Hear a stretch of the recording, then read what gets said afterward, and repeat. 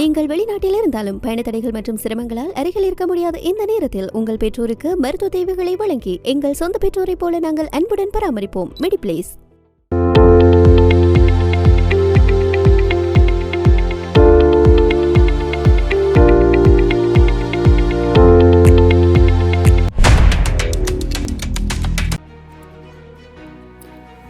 மத்திய கிழக்கில் ஒரு மிகப்பெரிய பிராந்திய போர் வெடிக்கும் என உலகம் அஞ்சிய நிலையில் அமெரிக்கா மற்றும் ஈரான் ஆகிய இரண்டு நாடுகளும் கடைசி நேரத்தில் பின்வாங்கி பேச்சுவார்த்தைக்கு சம்மதித்திருக்கிறது.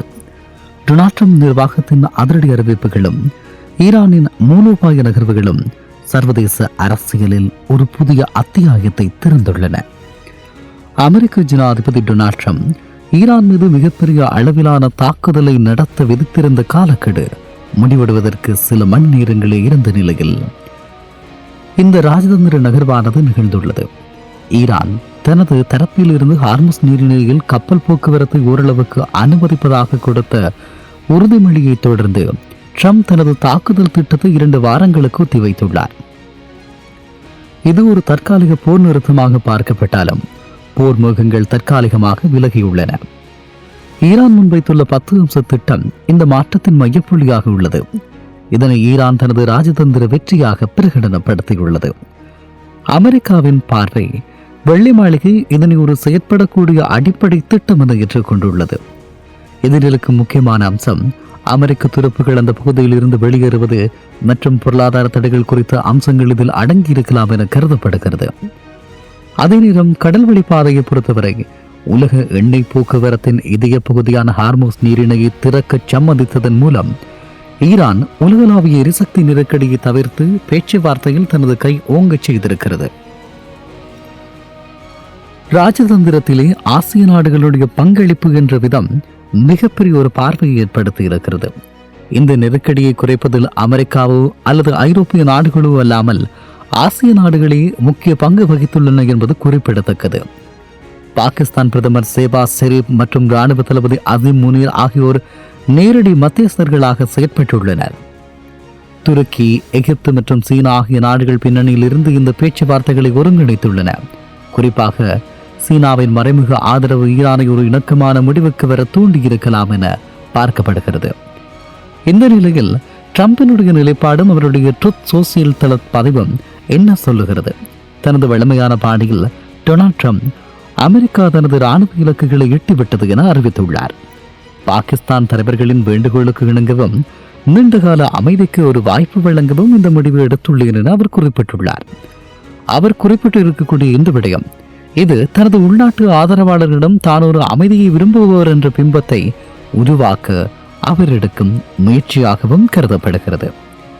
இப்படியான ஒரு நிலையில் எதிர்காலத்தில் எப்படியான சவால்களை எதிர்நோக்க வேண்டி வரும்? இந்த 2 வார கால இடைவெளி மிகவும் முக்கியமானது. இஸ்லாமாபாத்தில் நடைபெறவுள்ள பேச்சுவார்த்தையில் பின்வரும் சவால்களை சந்திக்க முடியும். நிரந்தர ஒப்பந்தம். தற்காலிக போர் நிறுத்தத்தை எப்படி ஒரு நிலையான அமைதி ஒப்பந்தமாக மாற்றுவது? பிராந்திய கூட்டாளிகள். இஸ்ரேல் போன்ற அமெரிக்காவின் நெருங்கிய கூட்டாளிகள் இந்த திட்டத்தை எப்படி பார்க்க போகிறார்கள்? நம்பகத்தன்மை. பல தசாப்தகால பகைமையை சில வார பேச்சுவார்த்தைகள் தீர்த்து விடுமா? இது மிகப்பெரிய கேள்விகளினுடைய பிம்பமாக இருக்கிறது. அமெரிக்கா மற்றும் ஈரான் இடையிலான இந்த நகர்வு தற்காலிகமாக ஒரு உலகளாவிய பேரழிவை தடுத்துள்ளது. ஈரானின் 10 அம்ச திட்டம் மற்றும் பாகிஸ்தான் போன்ற நாடுகளின் மத்தியஸ்தம் ஆகியவை உலகம் அரசியல் ஒழுங்கு மாறி வருவதை சுட்டிக்காட்டுகிறது.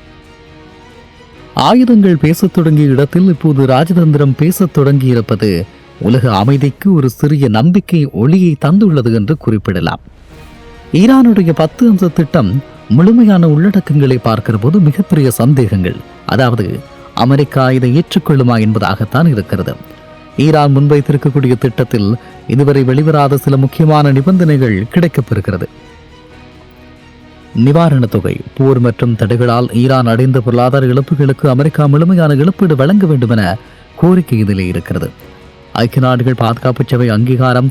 இந்த 10 அம்ச ஒப்பந்தம் வெறும் இருதரப்பு ஒப்பந்தமாக இல்லாமல் ஐக்கிய நாடுகள் பாதுகாப்பு சபையின் தீர்மானமாக நிறைவேற்றப்பட்டு சர்வதேச சட்டமாக மாற வேண்டும் என ஈரான் வலியுறுத்துகிறது. அணுசக்தி உரிமை. யுரேனியம் செறிவூட்டும் உரிமையை ஈரான் தக்க வைத்துக் கொள்ள வேண்டும், ஆனால் அணு ஆயுதம் தயாரிக்க மாட்டோம் என உறுதிமொழியை மீண்டும் அளித்துள்ளது. கைதிகள் மற்றும் சொத்துக்கள். வெளிநாடுகளில் முடக்கப்பட்ட ஈரானிய சொத்துகள் மற்றும் நிதிகள் அனைத்தையும் உடனடியாக விடுவிக்க வேண்டும். இஸ்லாமாபாத் உச்சி மாநாடு. பேச்சுவார்த்தைக்கான தேதிகள் மற்றும் இடம் குறித்து அதிகாரப்பூர்வமான தகவல்கள் வெளியாக இருக்கிறது. வருகின்ற வெள்ளிக்கிழமை ஏப்ரல் மாதம் 10ஆம் தேதி வெள்ளிக்கிழமை அன்று பேச்சுவார்த்தைகள் பாகிஸ்தான் தலைநகர் இஸ்லாமாபாத்திலே தொடங்குகிறது. பாகிஸ்தான் பிரதமர் ஷோபாஸ் ஷெரீப் மற்றும் ராணுவ தளபதி அசிம் முனீர் ஆகியோர் நேரடியாக முன்னின்று அமெரிக்க ஈரானிய பிரதிநிதிகளை சந்திக்க உள்ளனர். ஹார்முஸ் நீரிணையும் 15 நாடுகளின் பாதுகாப்பு திட்டமும். ஈரான் தற்காலிகமாக ஹார்முஸ் நீரிணையை திறக்க சம்மதித்ததை தொடர்ந்து புதிய சர்வதேச நகர்வு ஏற்பட்டுள்ளது. பிரான்சின் தலைமையில் பிரான்ஸ் அதிபர் இமானுவேல் மேக்ரான் தலைமையில் சுமார் 15 நாடுகள் இணைந்து இந்த நீரிணையில் கப்பல் போக்குவரத்தை பாதுகாக்க ஒரு தற்காலிக பாதுகாப்பு அமைப்பு உருவாக்க திட்டமிட்டுள்ளது.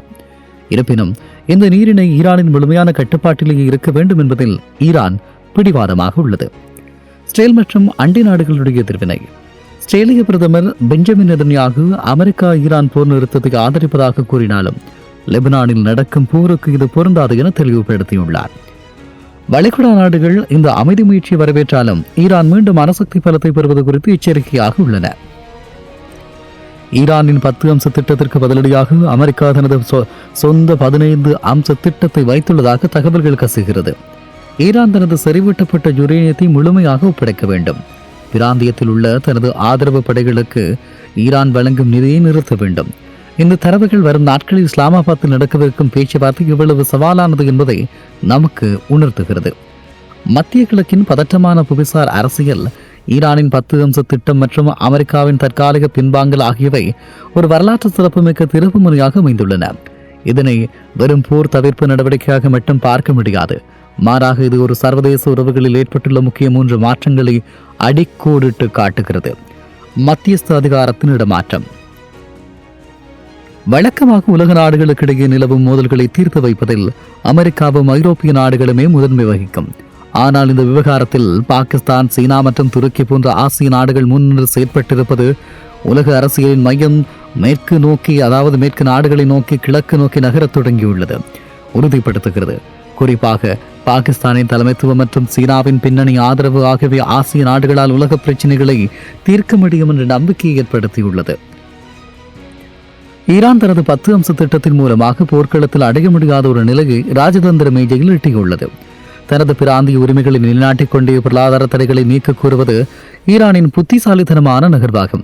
அதே வேளையில் அமெரிக்க ஜனாதிபதி டொனால்ட் ட்ரம்ப் அமெரிக்கா முதலில் என்ற தனது கொள்கைக்கு ஏற்ப மற்றொரு நீண்டகால போரில் சிக்கிக்கொள்ளாமல் ராஜதந்திர வழியை தேர்ந்தெடுத்திருப்பது ஒரு முதிர்ச்சியான யதார்த்த அரசியலாக கருதப்படுகிறது. ஹார்முஸ் நீரிணை என்பது உலக எரிசக்தி பாதுகாப்பின் நிதியம் போன்றது. அங்கு ஏற்படும் சிறிய பாதிப்பும் உலகளாவிய எண்ணெய் சந்தையில் பெரும் சரிவை ஏற்படுத்தும். ஈரானின் இணக்கமான முடிவு உலக பொருளாதாரத்தை ஒரு மிகப்பெரிய மந்த நிலையில் இருந்து காப்பாற்றியுள்ளது. 15 நாடுகள் இணைந்து உருவாக்க திட்டமிடும் பாதுகாப்பு அமைப்பு எதிர்காலத்தில் கடல் வர்த்தகம் பாதுகாப்பாக இருப்பதை உறுதி செய்யும் ஒரு பன்னாட்டு முயற்சியாக அமையும். இஸ்லாமாபாத்தில் தொடங்கவுள்ள பேச்சுவார்த்தைகள் ஒரு புதிய விடியலுக்கான தொடக்கமாக இருக்கலாம். இருப்பினும் தசாப்த கால பகைமை, ஸ்டேல் போன்ற நாடுகளின் பாதுகாப்பு அச்சங்கள் மற்றும் பிராந்தியத்தில் நிலவும் ஆயுத குழுக்களின் ஆதிக்கம் போன்றதை இந்த அமைதி பாதைக்கு முட்டுக்கட்டையாக அமையலாம். இந்த 14 நாட்கள் காலக்கெடு என்பது வெறும் கால அவகாசம் அல்ல. இது உலக நாடுகளுக்கு இடையே பரஸ்பர மரியாதை மற்றும் அமைதியான சகவாழ்வு ஆகியவற்றின் அவசியத்தை உணர்த்தும் ஒரு பரிசோதனை காலமாகும். போர்க்களத்தில் சிந்தப்படும் குருதியை விட பேச்சுவார்த்தை மேசையில் சிந்தப்படும் வியர்வை உலகிற்கு அதிக நன்மை தரும் என்ற உண்மையை இந்த நிகழ்வுகள் மீளவும் நிரூபித்து நிற்கிறது.